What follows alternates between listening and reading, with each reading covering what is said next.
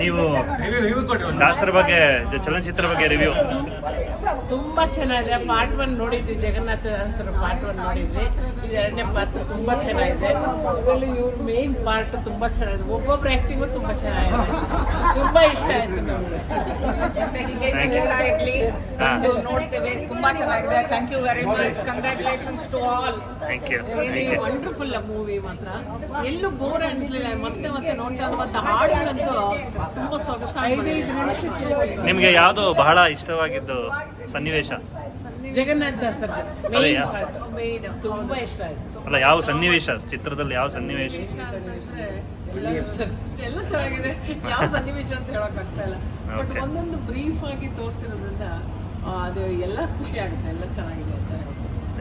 ನೀವು ಹೇಳಿ, ಹೇಗೆ ಬಂದು ಚಿತ್ರ, ನಿಮ್ಮ ಅನುಭವ? ಹೇಳಿಕೆ ಆಗೋದಲ್ಲ, ವರ್ಣನೆ ಮಾಡಕ್ಕೆ ಆಗೋಲ್ಲ. ಅಷ್ಟಿದೆ. ಇದು ಎರಡನೇ ಸತಿ ನಾವು ನೋಡ್ತಾ ಇರೋದು. ಯಾವುದು ಹೇಳಿದ್ರೆ ಕಡಿಮೆ ಒಂದು ಜಾಸ್ತಿ ಕಣ್ಣಾಗಿ ನಂಗೆ ನಿಮ್ಮ ಆಶೀರ್ವಾದ ಇರಲಿ ಚಿತ್ರದ ಮೇಲೆ.